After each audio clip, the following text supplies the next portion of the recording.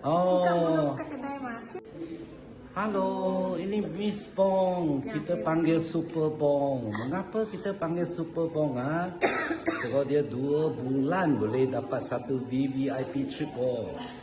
Boleh share tip tak? Macam mana boleh sangat hebat macam ini? Saya memang berniaga seorang minimarket. Saya ada kedai lah.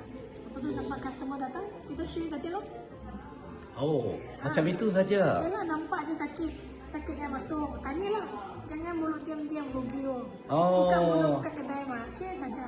Oh, mulut selalu nak buka lah. Kena tanya. Macam mana tanya? Boleh share Kalau tip? makcik tu sakit kaki naikkan, tanya dia makcik, kenapa kaki tu sakit ke? Dia akan tanya, ya ada produk yang ada, saya ada produk, orang nak cuba tak?